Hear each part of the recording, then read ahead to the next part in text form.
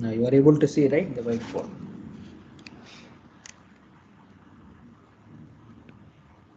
Yes, sir. Okay, so we'll start our class. Okay, so last class, we have started our finite element. Okay, so this we have seen, and for wave equations, say, okay, so how to solve using finite element method. So we have seen also. Okay, so for some one dimensional, just briefly, we have seen in our last class.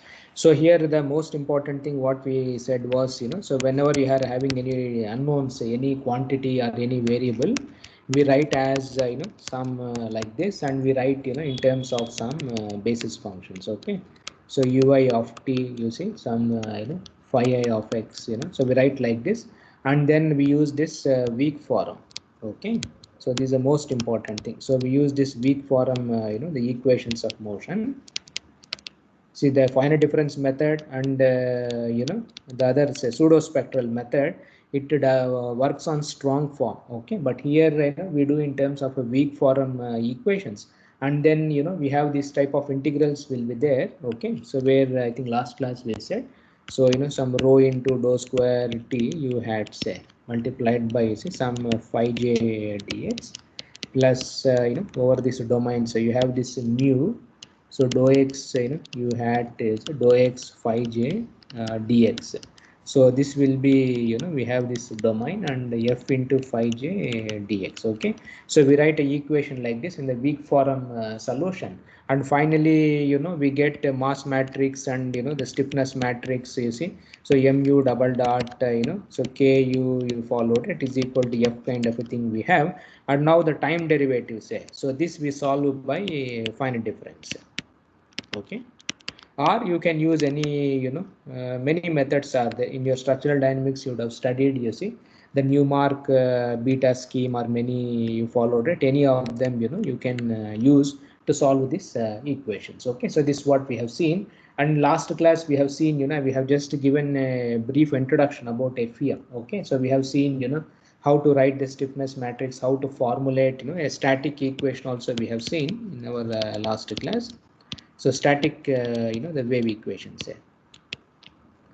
So then we have solved, and we have got some I showed you also. Okay, the basis functions and others, how to use and other things we have seen.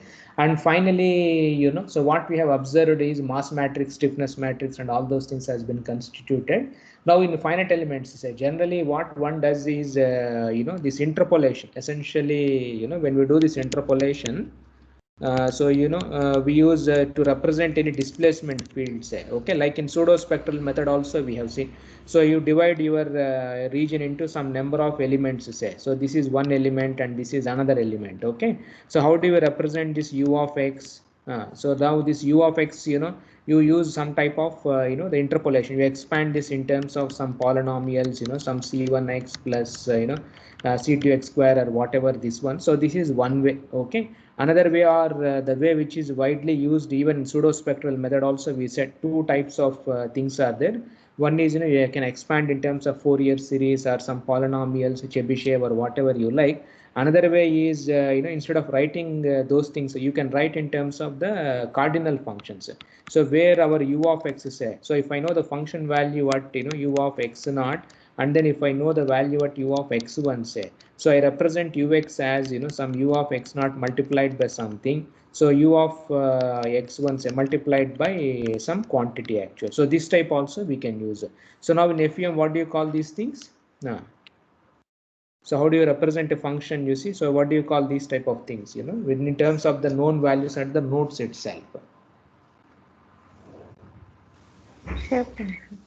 Shape functions only. Okay, so shape functions are nothing but your cardinal functions. So in pseudo spectral method we already, so cardinal functions we have discussed there.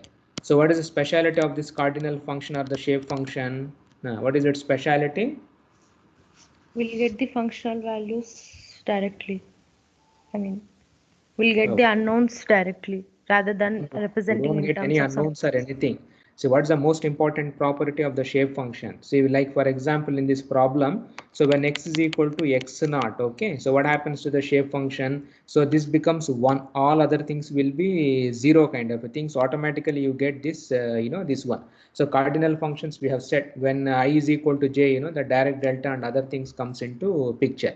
And so this has all the properties whatever we discussed previously are perfectly valid for this shape functions. Okay, they are nothing but cardinal only. Okay, so now how to construct the shape functions. You see, you would have studied just briefly. We will see now in FEM you would have studied. You can construct the shape functions say in 2 coordinates. Okay, one is a global coordinates also. This also you can use, that is in x comma y kind of a thing, or local coordinates.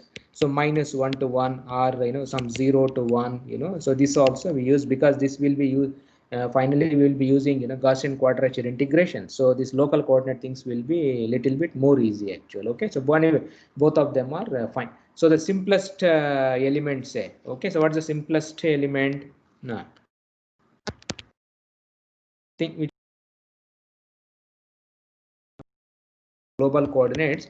So if x y is there say. Okay, so now what's the simplest the thing is there. So but essentially so the linear element is there. So let us say if I denote this all the functions as phi.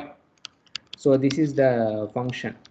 Okay, so this one, so if I write as so phi of x say it is alpha 1 plus alpha 2 times x, that is just a linear the interpolation, and our values are at alpha x say is equal to phi I, at x is equal to xi, then it is equal to phi j at x is equal to xj.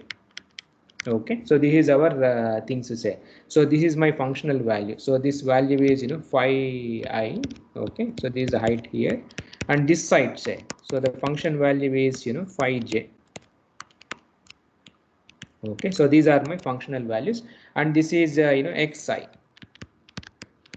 So this portion and this distance say is xj. So now you see, so if I take any point in between actual, so which is phi of x. Okay, so we can write as this alpha 1 plus alpha 2 times x actual. So now this alpha 1 and alpha 2 say you can estimate from the boundary conditions are at the nodes. So because at the nodes say, so this is our conditions you can use, and you can solve for this alpha 1 and alpha 2. So what happens is so alpha 1 say this becomes phi I xj minus you see phi j xi by you see this L comes, and then alpha 2 say, so this will be phi j minus phi I by L. Okay, so these are the two things which you get. So now if you want to write this expression say, so phi of x, okay, so we can write this expression as you see, so phi I xj minus phi j xi by L, okay, plus phi j minus phi I by L multiplied by x actual. Okay, so this is my polynomial, or we can also write this in terms of so phi of x is equal to ni of x multiplied by you see this phi I plus nj of x multiplied by you see phi j. Okay, so where ni and nx say, so nx is some kind of an array kind of a thing. So this will be ni of x, and then nj of x actual. So where ni and nx say, so you can write this as this is xj minus x by L, whereas nj say, so this is x minus you see xi by L. Okay, so this is our so our expressions actual. So now these two quantities say, so now this is what we are calling as the shape functions in FEM. Okay, so they are same as your cardinal functions actually. So in pseudo spectral method also we have discussed, right? So instead of writing in terms of alpha naught plus alpha 1 times x, so here the unknowns are alpha 1 and alpha 2. So this is how we have written the linear interpolation. So unknowns are alpha 1 and alpha 2. So instead of writing in terms of alpha 1 and alpha 2 say, we directly write in terms of the function, the node points, that is phi I and phi j and ni and nj, so this basically this shape functions comes into picture. So we also call them as you see, the cardinal functions.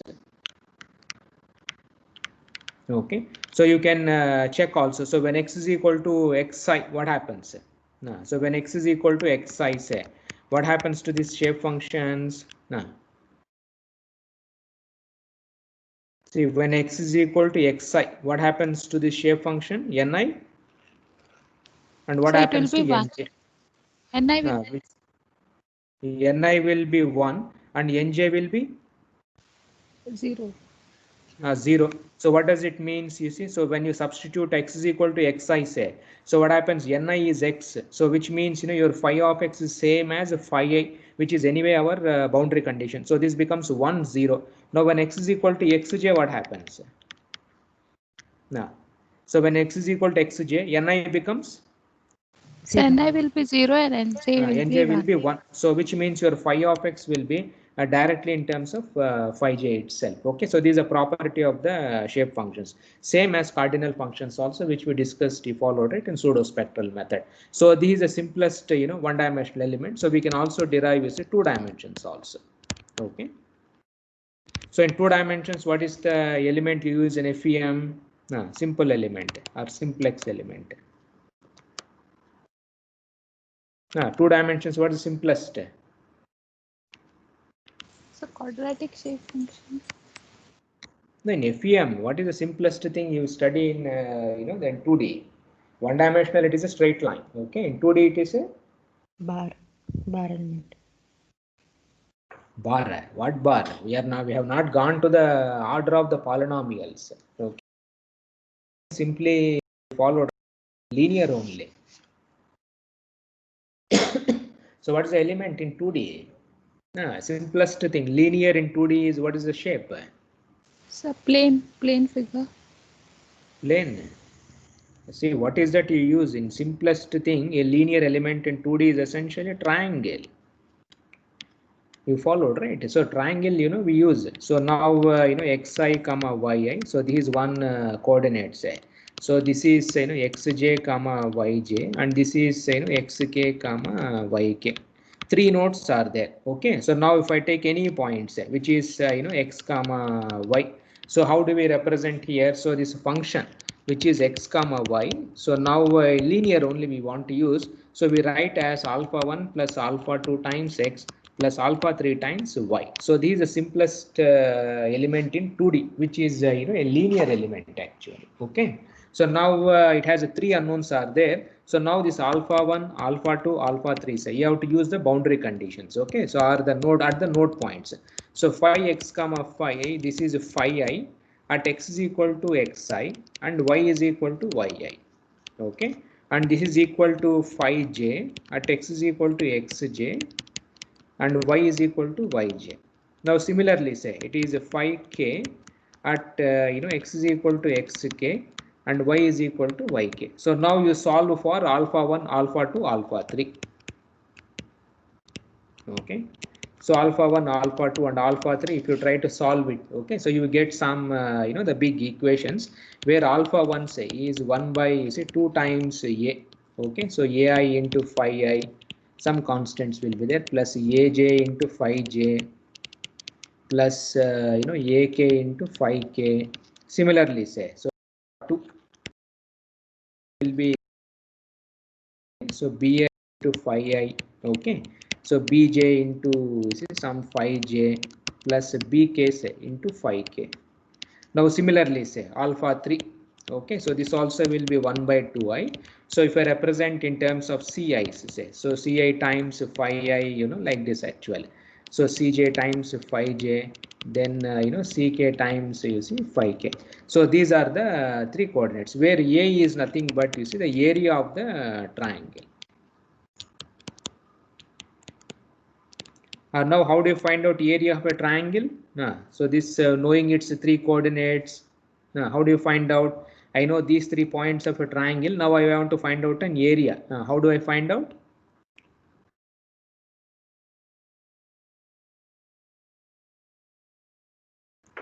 Now how to find out area of a triangle? In FEM, knowing the 3 coordinates. Determinant. Determinant only. Okay, so if you have a quadrilateral also, you can find out using a determinant. Okay, so now the area of a triangle, say, so here so this becomes a determinant of this matrix. Okay, So you followed, right? So that is 1 1 1. Okay, so xi yi, then xj yj, then you see xk, and then you see yk kind of a thing. So you followed. So this you solve, and then you will get the area. And now this coefficients say, so you can easily solve. Ai becomes xj into yk minus xk into yj. So like this you will have some equations will come for all these quantities, xk into yi minus xi into yk. So you can derive the yourself. So ak becomes xi into yj minus xj into yi, then bi say, so this becomes yj minus yk. So like this you can write all the equations for bi, bj, then bk, then ci, then cj, and then ck. So you can derive just by solving those three equations here. And finally say, so we can write phi x comma y as in terms of shape functions, ni x comma y, so phi I plus say, so nj x comma y, so phi j plus, so we have nk x comma y, say 5 times you see k. So this is how we write, or we can also write in terms of like this also, n x comma y, say, okay, multiplied by your phi of this entire this if you write in terms of a matrix format, is one can also write like this. So where our ni x comma y, these are the shape functions. Okay, so this becomes 1 by 2a. Okay, so ai plus bi into x plus ci into y.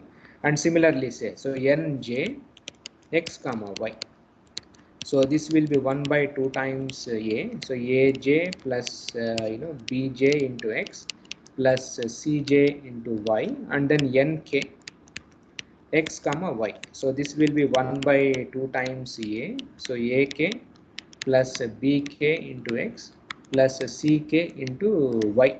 So these are the three you followed, right? The three shape functions here. And your phi, this one say, so this is anyway the values at those three nodes, phi j and then phi k. Okay, so now here also, so in this shape say, so if I substitute x is equal to xi and y is equal to yi, what happens to these shape functions, to the three shape functions?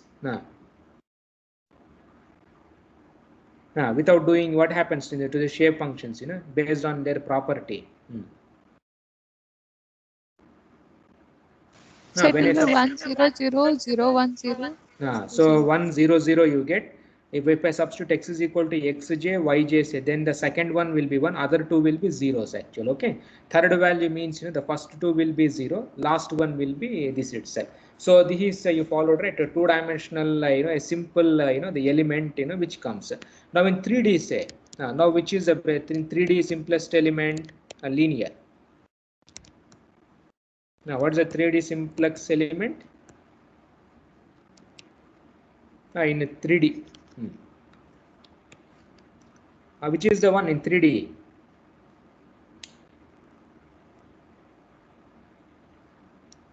See, what is the 3D thing?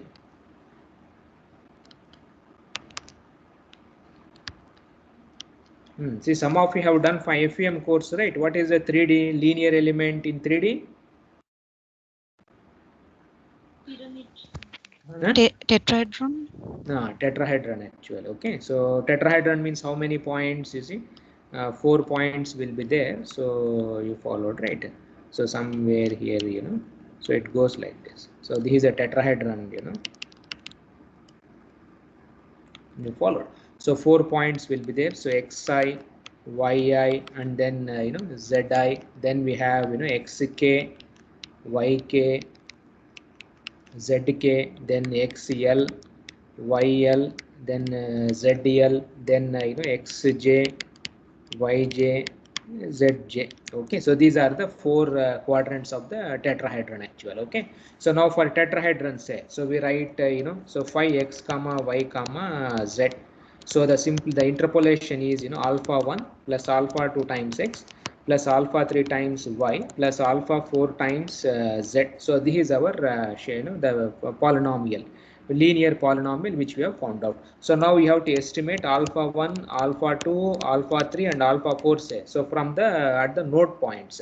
So you know the node point. So at I it is phi I.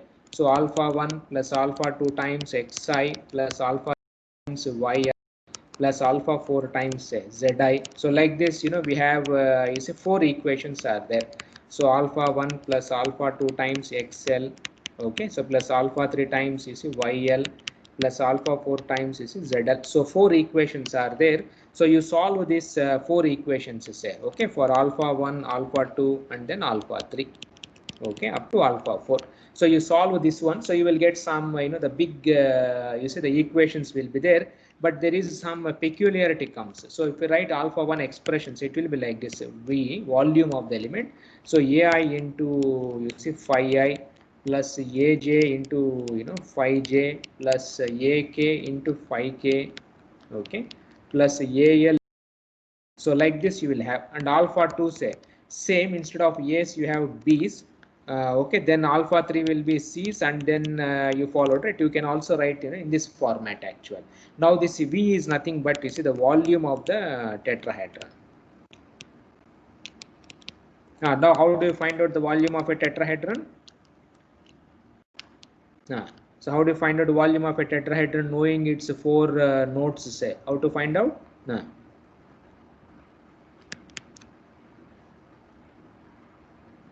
See, for triangle, how did we find out the area?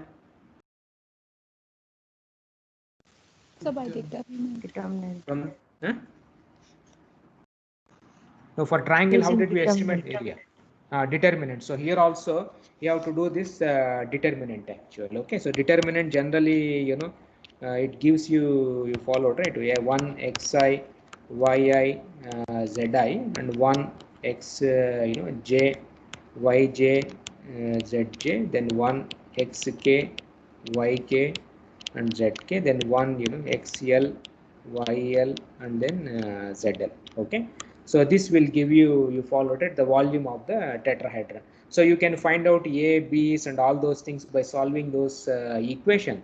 And finally, I can write phi x comma y comma z, say, in terms of shape functions actually, like this: ni x comma y comma z, so multiplied by phi I, plus nj x comma y comma z multiplied by, phi j nk x comma y comma z phi k, plus so nl x comma y comma z phi l. So these are the shape functions. Okay, so these shape functions will also, we will get some the equations.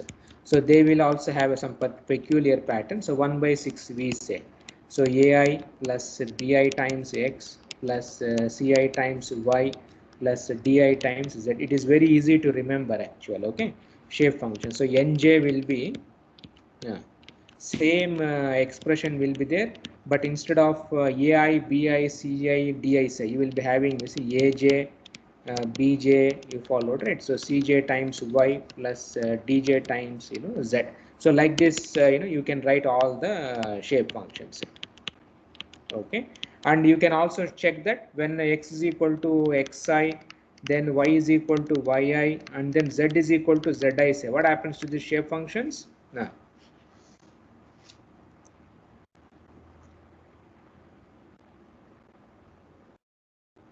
Ni will be 1, remaining all 0.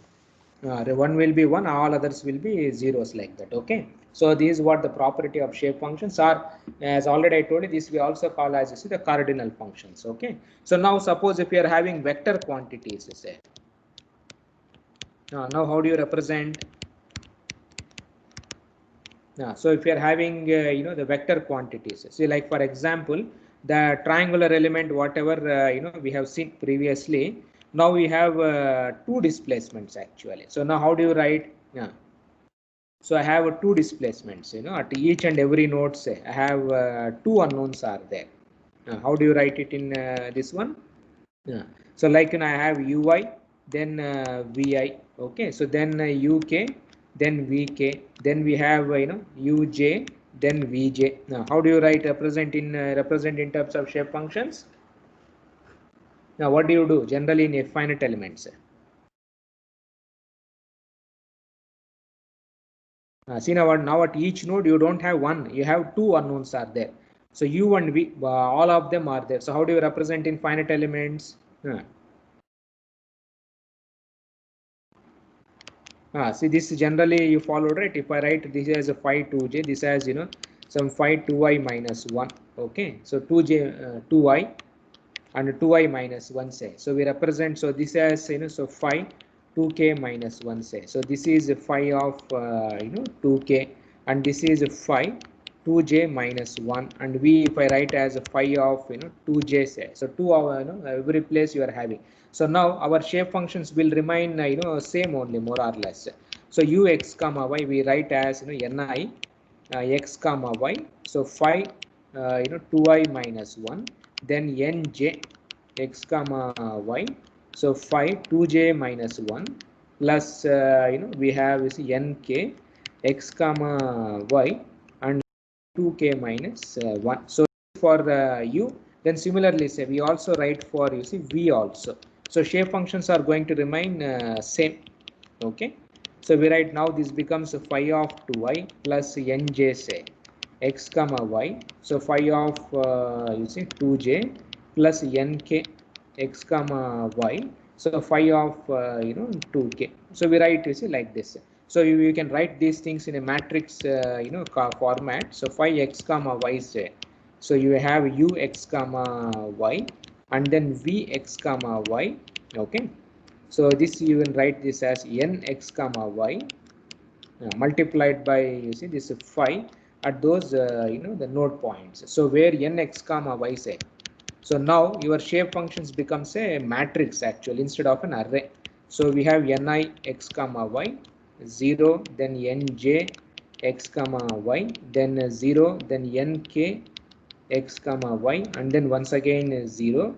Now similarly here says 0 ni x comma y 0, then nj x comma y 0, then nk okay x comma y. So we write in FEM in this format where our phi say.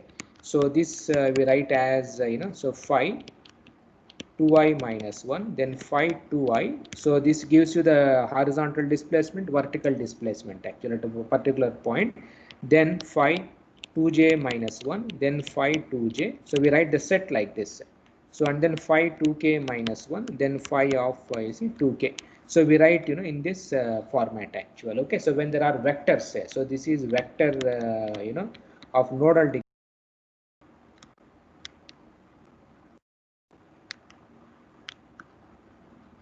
And the shape functions also will satisfy all those whatever we said say.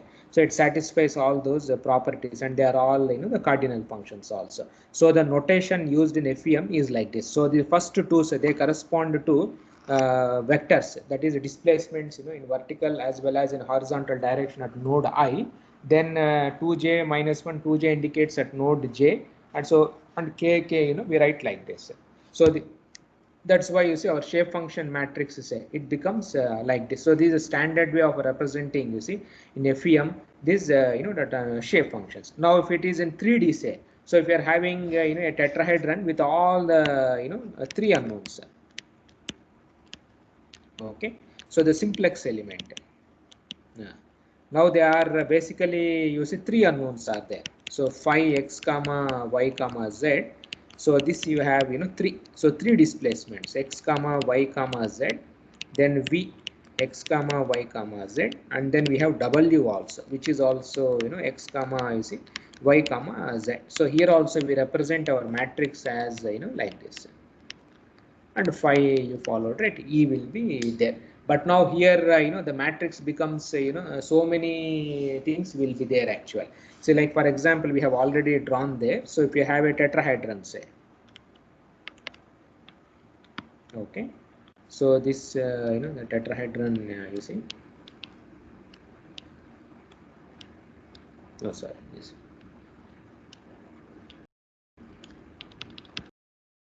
So this is our tetrahedron. So now at each and every place say, so we have three unknowns are there. Okay, So this we write as, so if this is phi of 3i, say, so this is wi, then phi of 3i minus 1. So this is vi, and then phi of 3i minus 2, which is you see ui. Okay, so this is a notation, you see, which we use it in FEMs.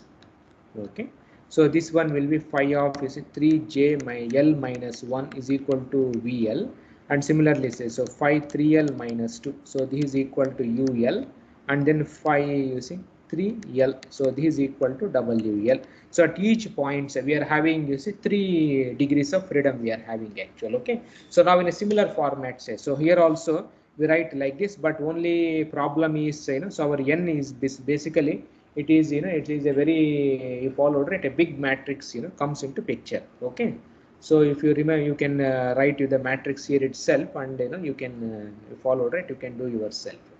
So this becomes, so this is how we write our the shape functions, in a 1D, 2D and 3D, and even for the vector coordinates also. Now sometimes, we use write these shape functions in FEM in local coordinate system also. Okay, so local coordinate system means, sometimes in FEM, one takes from -1 to 1, or 0 to 1, because the scaling becomes very easy, and to do that integration, say Gaussian quadrature and others, it becomes little bit simple actual. Okay, so this also one does in FEM. See, like for example, if I have a linear element, say, so 2 points are there. Okay, so this is my point x1 and this is x2. So what happens is, we denote this as 1 comma 0 and this as 0 comma 1, say, and I have any point p, so this the coordinates of this point I write as L1 comma L2 itself. So if I denote this distance as small L1, sorry, L2, and this distance is as small L1. Okay, so the total distance is L. So we define this capital L1 as small L1 by L. So this is x2 minus x by using x2 minus x1, and the capital L2, say this is L2 by L. So this is x minus x1 by x2 minus the x1. So we define two natural coordinates, so L1 and L2, say. So we call them as the natural coordinates.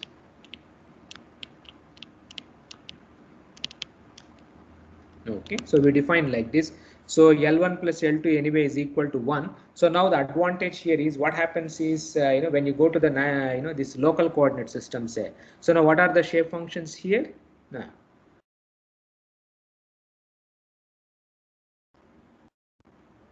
So what are the shape functions here in natural coordinates in this local coordinate system?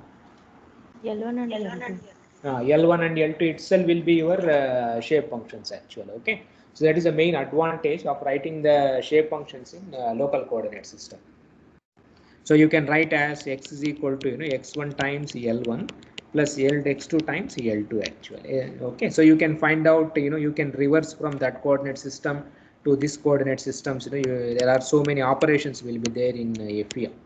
If you see any FEM textbook, they write all these things. Okay, so x2 minus 1, minus x1 1, you followed. So they all kinds of, they write like this, and you can go from this side to that side and that side to this side. You can find out the derivatives and then integrations and all those things also you can easily find out. Now when you're having two dimensionals, say, so in 2 dimensions, that is essentially the triangle. What will be the shape functions in this local coordinate system, or then what will be the natural coordinates? So you will be having 3, so that is L1, L2, L3, the 3 things will be there. So let us assume that this is L1, say, is equal to 0, then L3 is equal to 0 and L2 is equal to 0. So these are the coordinates. Okay, so L1, L2, L3 are the natural coordinates, say. So now what will be L1, L2, L3? In FEM, what will be these 3? You would have studied in your FEM course.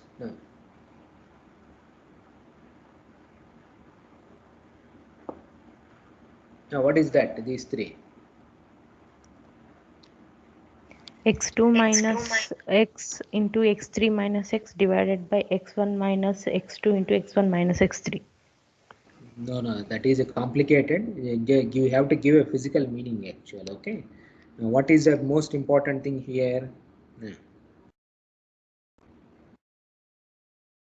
See, if you want to find out these natural coordinates, no, in local coordinate system, so where L1, L2, L3 say you can express as A1 by A.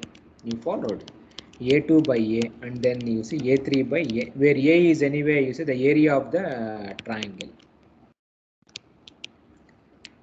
Okay. And A1 say is nothing but area of so if I denote these points as 1, then 2, then 3, and this point as a P say. Okay, so now A1 is nothing but area of the triangle. Okay, formed by a P 2 and 3. So this is the area actually. Okay, so this portion say where A2, A3 and P will give the area here, then A2. So this is the points P 1 and 3, and then A3. So this is the area for P 1 and 2. Okay, so and A of course is the area of the triangle 1, 2, 3. So these are these are coordinates actual. Okay, so you can find out L1, L2, L3 as you told, right? Some x3, x2, all those things you can do. So the advantage is so the shape functions becomes simply this itself. So nj becomes L2, and then nk becomes L3. So the shape functions are this itself actual. Okay, now what will be the shape functions for this one, tetrahedron? No. So in tetrahedrons, you will be having 4 actually, L1, L2, L3, L4. What will be these transformations?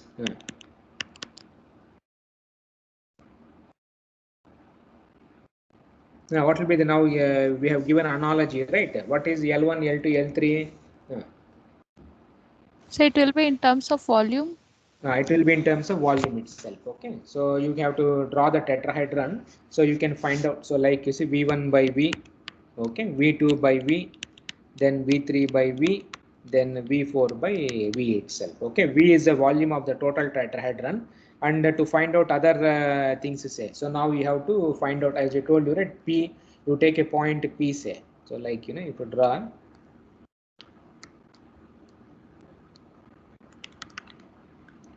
So this is my tetrahedron say. Okay, so if I indicate some point P, so all of them are connected here. So this is my point say. So now you followed it. So now you have to find out. So V is nothing but volume of the tetrahedron.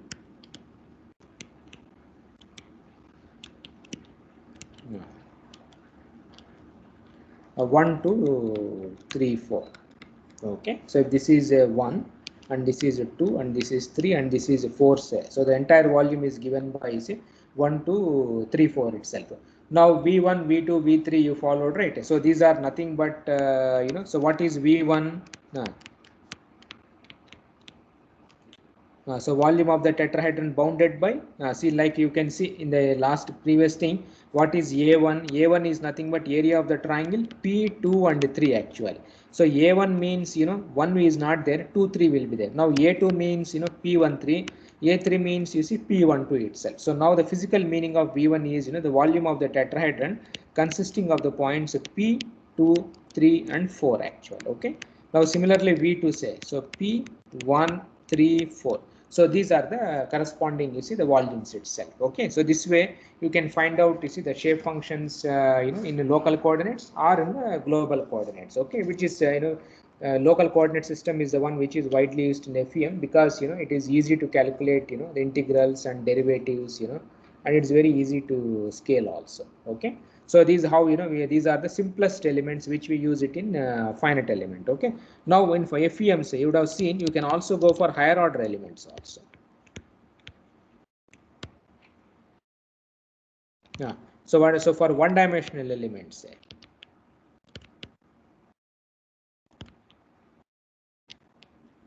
Yeah. So now for one dimension, so what is a polynomial which we used previously? It was a linear actual. Okay. Now we want to go for a higher order. This one say. So if we want to go for quadratic. Yeah. So now what do we do? So we write phi of x say as alpha 1 plus alpha 2 times x plus alpha 3 times x square. This is a higher order the element. So now how many points are required now?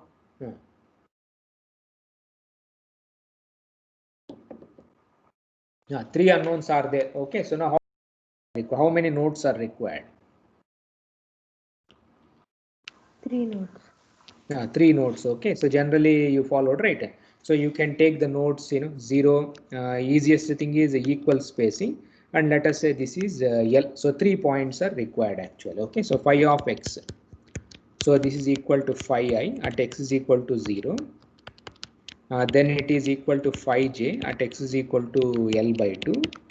Okay, and it is equal to phi k at x is equal to L. Okay, so this is how we can take, and you solve for alpha 1, alpha 2, and then alpha 3.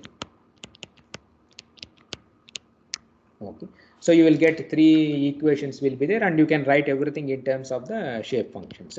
So phi of x is we can write as so n of x multiplied by this is the phi at the the element node points. So where n of x is so we have ni of x and then nj of x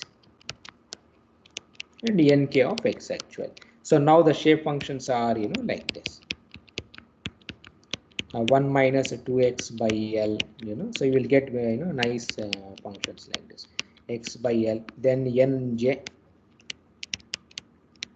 is 4 times x by L, and 1 minus x by L, and then you see we have this nk also, minus x by L, and then 1 minus 2 times x by L itself actually. Okay, so these are the shape functions if you want to go for the higher order. Suppose if you want to go for a cubic interpolation, say cubic interpolation. Now what is the problem here? Now what you have to do?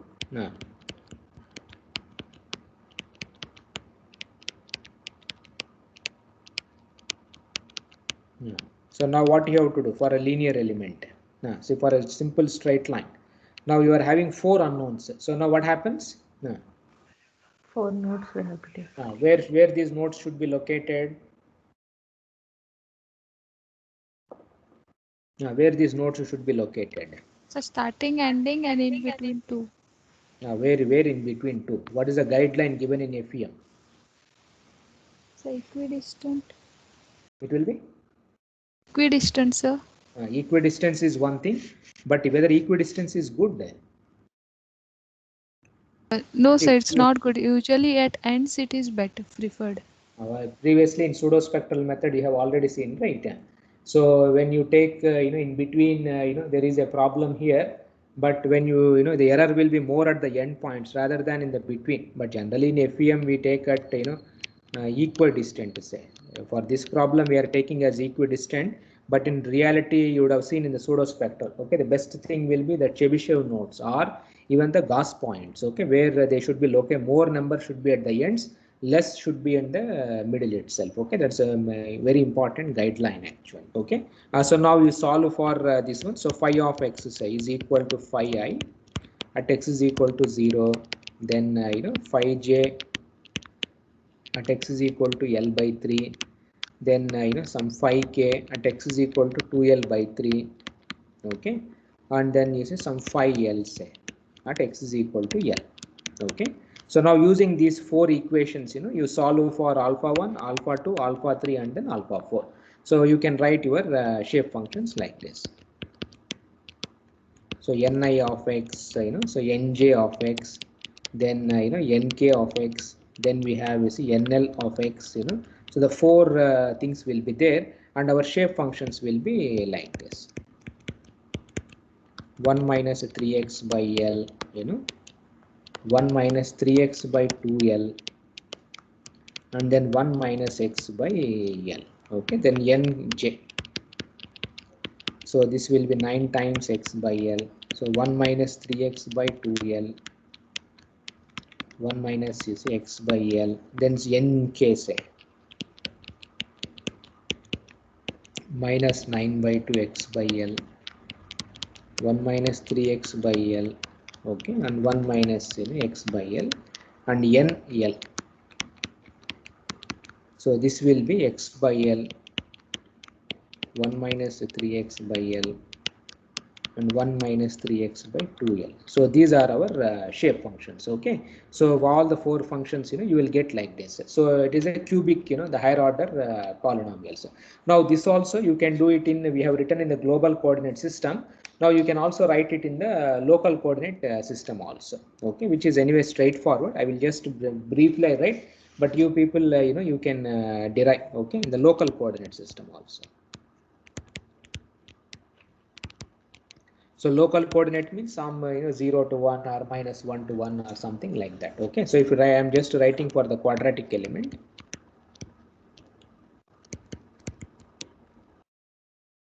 Okay. The shape functions is a. So we write so ni. Okay. So ai some a1 of I times L1 plus a2 of I times L2 plus A3 of I L1 L2 kind of a thing you have, and you have the requirements and all other things will be there. You solve for all of them. So the shape functions, it is very easy to calculate this A1 A2 A3s. Okay. So now what is the property of a shape function? So what's the property of a shape function? Previously we have told, right? What is the value of shape function? At x is equal to at node 1 say. Node 1, it will be N1 should 1, be sir. N1 should be 1. All other things should be 0 0 actual. Okay. Zeros. So like that is you can find out N1, N2, N3 also. It's very easy and straightforward. So we get N1 is equal to L1 into 2L1 minus 1. Then N2 say is 4 times L1 L2. Then N3, this is L2 times 2L2 minus 1. Okay, where L1 L2 already we have defined previously, x minus xy by x1 minus xj minus x, and whatever we defined previously. So those things are perfectly valid actual. So you can use this in local coordinates, or if you are using in global coordinates, say. So these are our shape functions actually. You can see here. So these are the shape functions which we have written previously in global coordinate system. So now it is we write in terms of L1 and L2 itself. Okay, so both of them can be used. So these are one generally widely used is this the local thing itself. Okay, so now for cubic also you can try, and you can do for even a quadrilateral, the higher things also you can do. Okay, cubic element, tetrahedron, so many things you can try. So now so this way you can do for variety of the cases. Okay. So now in our FEM, say one more important thing is that sometimes of course we use polynomials, but in interpolation what do we use in FEM? One more important thing is that, so generally for interpolating the function, say inside an element, what type of polynomials we use in FEM?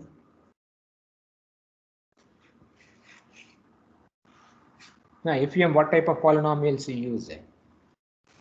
Linear polynomial.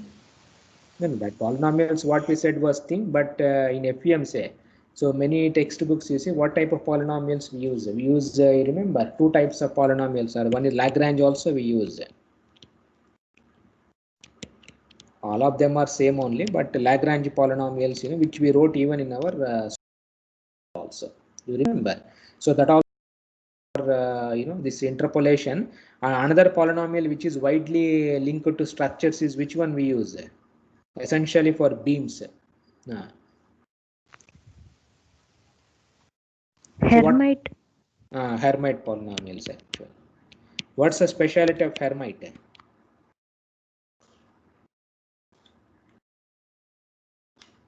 What happens to Hermite? Why do we use?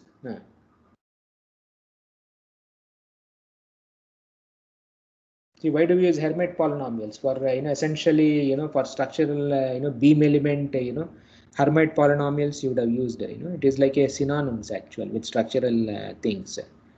Because what happens in for a beam element, how many unknowns will be there for a simple beam element?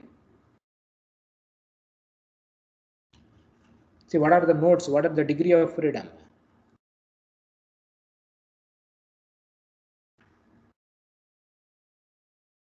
See, for beam, what are the unknowns? What do we do in beams? So 3 rotation and 3 Shear, bending, translation. and Suppose axial. if I have like this is a element, okay. At each node, what are the unknowns you use? If it is a beam, you remember you put displacement also. You also will be having. So rotation as well as displacement. Rotations also will be. And what is the relationship between rotation and displacement?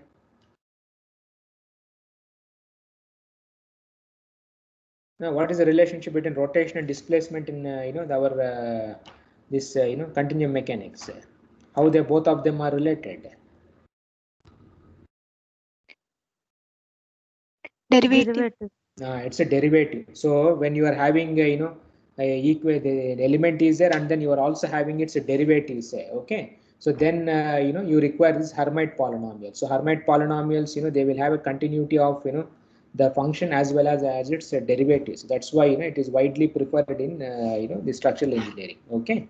So these how we use variety kind of a things, and you can refer to any textbook, okay, to solve these problems. Okay. So just to have an idea, say one simple problem we will solve, which you had already solved in FEM, just as a very this thing. So like for example, if you want to do for a space truss, the simplest problems you would have done in the FEM. How to write all the matrices. Okay, so if you have any space trusses, say, so pin jointed bar element. Okay.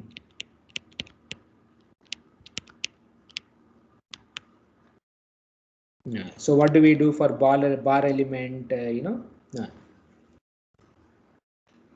So if I have this bar element, okay. So how many nodes will be there? No. So 2. No. Anyway, if you take a simple element, how many degree of freedom it has? 2. No. So what will be there? There will be no. See, generally for space truss, okay. So it is an XYZ coordinate system. So at each node, how many unknowns will be there? Well, it is a truss. 2 unknowns. Truss there is. Yeah, and it is in 3D truss, space truss. So how many will be there? 3 unknowns. 3 unknowns. 3 unknowns will be there. Okay. So it is basically a vector. How do you represent a vector in FEM? Just now we said no. So if this is some q of 3j, say, so this we write as a q of 3j minus 1. This is q of 3j minus 2. And if this is our node is I, so this we write as you followed it qi 3i minus 1, then q 3i minus 2, then q of 3i. Okay, so this is my bar element actual. Okay, in FEM.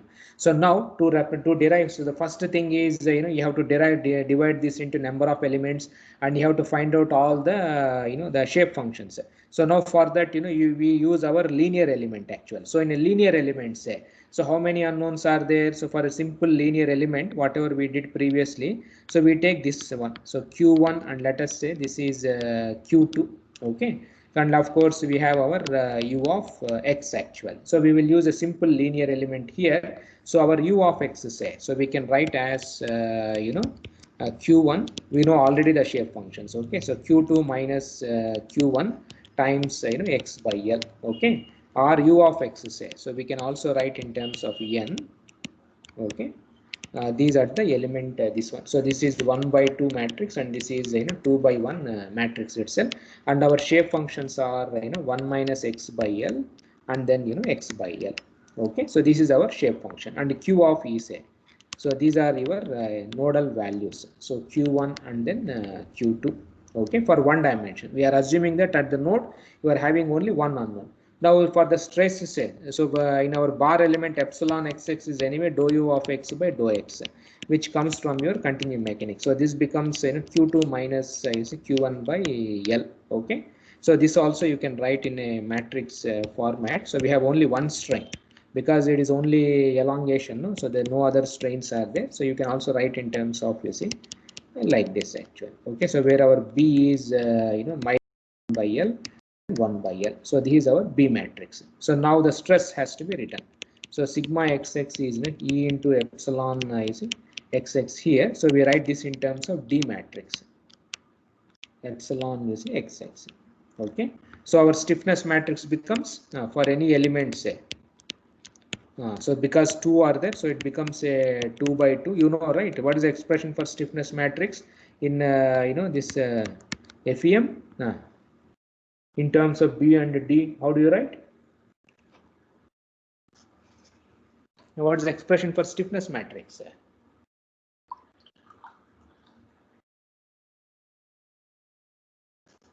So in FEM, how do you write? What is the relationship between stiffness matrix and stresses, strains, and others? Half B transpose.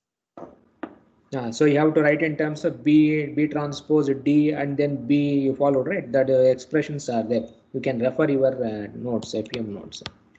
So B transpose B dV. You remember. So this the integral has to be performed. So here this becomes x is equal to 0 to x is equal to L. Okay, 1 by L, 1 by L. This is a B transpose, and D is anyway E, and then we have minus 1 by L, 1 by L dx actually. So finally the stiffness matrix, it will be simply AE by L. So 1 minus 1 minus 1, 1 itself. So this is our stiffness matrix for one element actually. Now in this problem, see how many unknowns are there at each node? So this is for only this thing, it is perfectly valid actual. So now we have to write the stiffness matrix for this entire element actual. So this entire element has 3 degrees of freedom are there, but as we have seen right previously, the shape functions are going to remain same, everything is going to remain same itself. Okay, so we write like this. So for the entire, for all the three, say, so one can write this as so Q of E. So this is at the nodal point, so some lambda times so we can write like this, where lambda is Lij, Mij, so Nij 0 0 0 0 0 0, so Lij, Mij, and then Nij. So where our Lij say, it is nothing but xj minus xi by L, and Mij say yj minus yi by L, and then Nij. So this is zj minus zi by L actually. Okay, so these are the three L, I, M and N's, and our capital Q say. Okay, so this is these are the node points. What are the values actually? So Q 3i minus 2, then Q 3i minus 1, and then you see Q of 3i. No, 1 second. Q of 3i, then Q of you see 3j minus 2, then Q of 3j minus 1, then you see Q of 3j. Okay, so these are the nodal values. So this way, so you can incorporate all these coordinates into one go, and the total L say, so this L is nothing but xj minus xi whole square, the total length of the element actually. So yj minus yi whole square plus, so zj minus zi whole square whole to the power of half actually. Okay, so this you will get, and finally say, so you have to this the element matrix, the stiffness matrix of this element. Now because 2 by 2 is for 1, okay, Q1, now you are having a 3, so 3 displacements are there, say. So for each and every displacement you will get a 2 by 2 2 by 2 you have, right? So finally your stiffness matrix will be for a space stress element, say it is essentially 6 by 6 you will get, and you can also write in terms of lambda transpose. This is for the small element, and this is our this thing. So 2 by 6, and this is a 2 by 2, and this is 6 by 2. So you will get a big matrix, say. So I will just write some few things. Other things you can easily follow. So AE by L you can derive yourself, because all of you have done FEM course previously, so no need for me to do L square Ij, Lij, Mij, then Lij, Nij, then minus L square Ij, then minus Lij, Mij, then minus Lij, Nij. Okay, now similarly say, So we have m square ij. So mij, so nij minus lij mij, then minus m square ij, then we have minus mij nij, and this will be n square minus lij nij, and minus mij nij, then minus n squares ij, then of course the other one will be, you see, l square lij mij, then lij nij. So you can derive yourself, okay, it's not a big deal. And I think many of you would have done this derivation in FEM course, okay. And of course, as already we told, right, stiffness matrix is always symmetric. Why? Why stiffness is symmetric? Last class also I asked you, right? Why it comes? So because of reciprocal theorem. Because of that, so max is, that reciprocal theorem is there, okay, because of that it happens.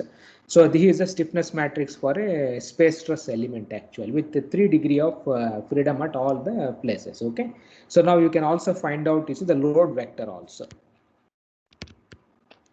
So consistent load vectors they say.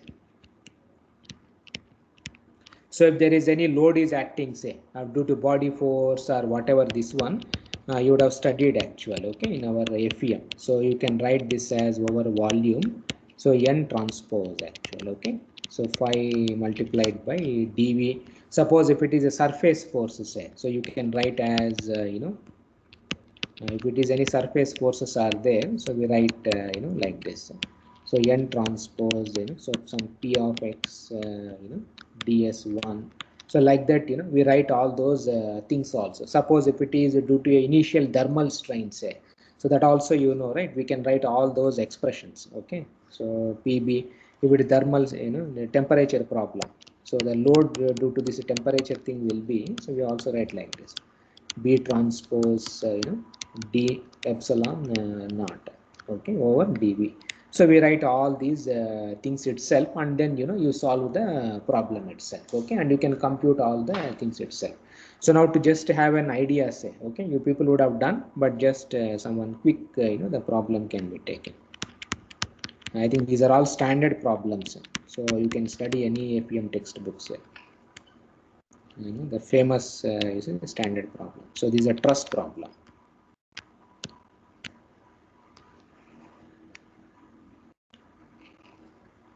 No, so I will not solve in detail, but you people, you can try. So how much is the displacements actually?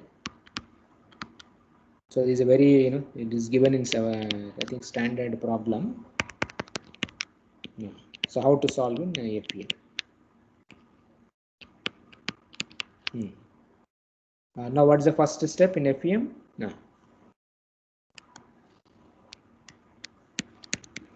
Now what do you do the first step?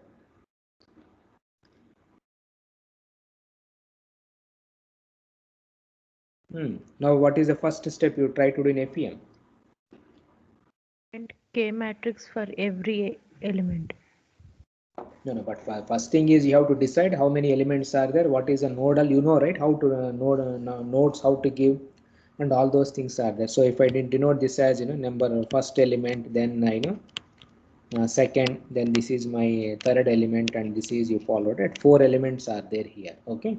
So now we have to fix the nodes also. So this is my first node, third node, this is my second node, say, then this is my fourth node actually. So there are basically 4 the nodal points are there.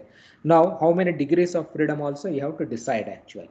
So now this problem, say, it is, although it is a spatial truss, how many degrees of freedom you will give at each and every node? All 3 displacements or 2 itself are sufficient?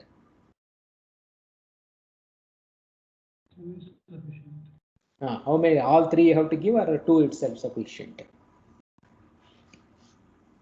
2 is sufficient. 2 is sufficient generally. Okay, so we write this as Q1, Q2. So you have to be very careful. Okay, so Q1, Q2. Then here it will be Q3, Q4, you followed, right? Now here it is, Q5, Q6. It is a standard problem. It is available in many textbooks. Okay, I've just taken from there only. And Q7, Q8. So there are basically total 8 displacements are there. Okay. So these are the unknowns actual. So these displacements have to be estimated. So now, so we have to do, so like members. So the elements, okay. So we have, so we cross-sectional area, length, okay, and a Young's modulus anyway it is same material means everything will be same, but in FEM you have the advantage, okay, so you can vary the your the Young's modulus also if you want. So there are 4 members are there, 1 2 3 4, okay. This is very easy, you can find out all those things, cross sectional areas. So this is in centimeter square, this is in centimeter, and this is a Newton per centimeter square. So this is a 2 and this is 1 and this is 1 and this is root 2 times 50, root 250, and then root of 2.5 100, then root 2 100. Okay, so this is a 2 into 10 to the power of 6, and material is same, so everything is same. So these are the some details of all the elements. And now what? So now we form one more table, right? So you have a member, the element in this one, then the global node, okay, corresponding to local node 1 and local node 2. Now in a similar way, we also have coordinates also of local nodes. 1i in global system. So xi, yi, then xj, then yj. Just to use the shape functions, and then of course the direction cosines.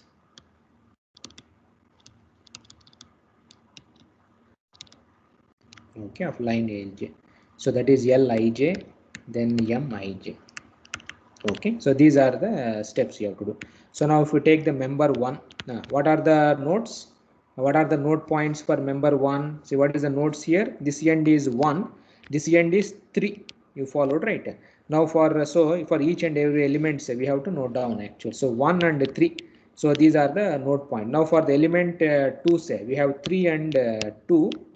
Then element 3, say, so we have 3 and 4, and then element 4 we have 2 and the 4 itself we have, and then the coordinates also, you see, we can fix it. Okay, you can write in the original coordinate system. 0 0 we take, 50, then 50, then 50, then 50, then 100, then 0 0.0, then 50, then 50, then 200, 100, then 100, 0, 200, 100 actually. Okay, so these are the things, and the direction cosines also we can find out. 1 by root 2, 1 by root 2, 45 degrees angle maybe, 1 by root 2 minus 1 by root 2, then 1.5 by root of 2.5, then 0.5 by root of 2.5, then 1 by root 2, then 1 by root 2 kind of a thing. So these are the the direction cosines and other things you have to find out. So once this is known, you can find out the stiffness matrix. Okay, so the stiffness matrix will be, you see, the 4 by 4. Previously we had 3 at all the places. Now it is only this one, no? So you will get a 4 by 4 matrix actual. So this matrix, whatever the big expression we have written here, say, okay, so this is a 6 by 6, assuming that all 3 are there. So now because we have only few terms are there, say, so Nij's can be deleted. So Nij, wherever Nij is there, say, so this term, then here also this term, if you delete in this matrix, so it becomes a 4 by 4 matrix. You have some big expressions you will get actual. Okay, so 4 by 4 matrix you will get for all the elements. So for the first element, say, so K1, then the second element is in K3, then for the fourth element. So four, the matrices you see will be there. Okay. Then what is that you have to do? So now you know the element matrices. So now you have to get the global stiffness matrix. You followed. So you will have a big, the global, the stiffness matrix will be there. What will be the size of the stiffness matrix? Now, what will be the size of the stiffness matrix? The global stiffness matrix. 8 by 8. Because how many unknowns are there? How many displacements are there? 2 displacements and 4 nodes are there. So you will have a 8 by 8 matrix. I hope all of you know how to assemble. You can verify any, the FEM textbook itself. Okay, you can check. So finally, I will get an equation. So K into, KQ is equal to, P kind of a thing. Now here, what is a P? Vector P. So P is anyway, no need to do anything. So P1, P2, you followed right up to P8 will be there. So now in this one set, so now what is our P matrix? Where is the load acting here? It is acting at which node? It is acting at the fourth node, and it is 1000, the kilo, this one itself. And if you want to write in terms of Q, because P is also 8 by 1 matrix, so you will get all are 0, 0, 0, 0, 0. The last one will be, you see, minus 1000 actual. And now here, what are the ends? Which are the nodes? Which displacements are 0 here? Because node 1 and node 2, they are all they're simply supported. So now what happens here? The boundary condition. Q1 to Q2. See, what will be Q1, Q2, Q3, Q4? So Q1, Q2, Q3, Q4, all of them are 0. 0. So now what you have to do in this matrix? But the stiffness matrix is 8 by 8. So what do you do? So your Q is like an array like this. Okay. So Q1, Q2, all those things will be there. What happens in this matrix? The first 4 elements, they are all zeros actually. So what is that you have to do? You have to delete the row and you follow right the column. A standard FEM. Okay. Column, corresponding to this degrees of freedom actually.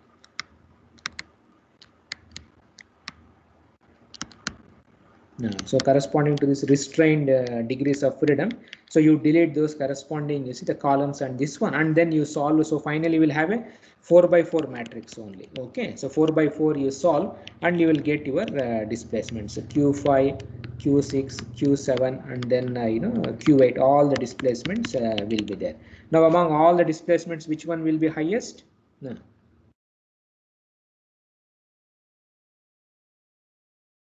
So among all the displacements, so Q5, Q6, Q7, Q8 actually. Okay, so you can calculate. It's straightforward. Q7, Q8 will be more. So Q8 is I think 0.560035. I think Q7 is 0.347903 kind of a thing you have. Okay, and other things will be 0.026 and here 0.0088 actually. Okay, so these are the numbers. Okay. So this way you can solve in FEM. So I will stop here. So next class we will see one dynamics problem also, and then we will close our FEM and we will move towards this spectral element. Okay. So you people have already done an FEM course. So I suggest all of you to go through your textbooks. Any textbook you take on FEM, say. I am not discussing in detail because you people would have structural engineering means everybody would have done this FEM course. So you just check those textbooks itself. Okay.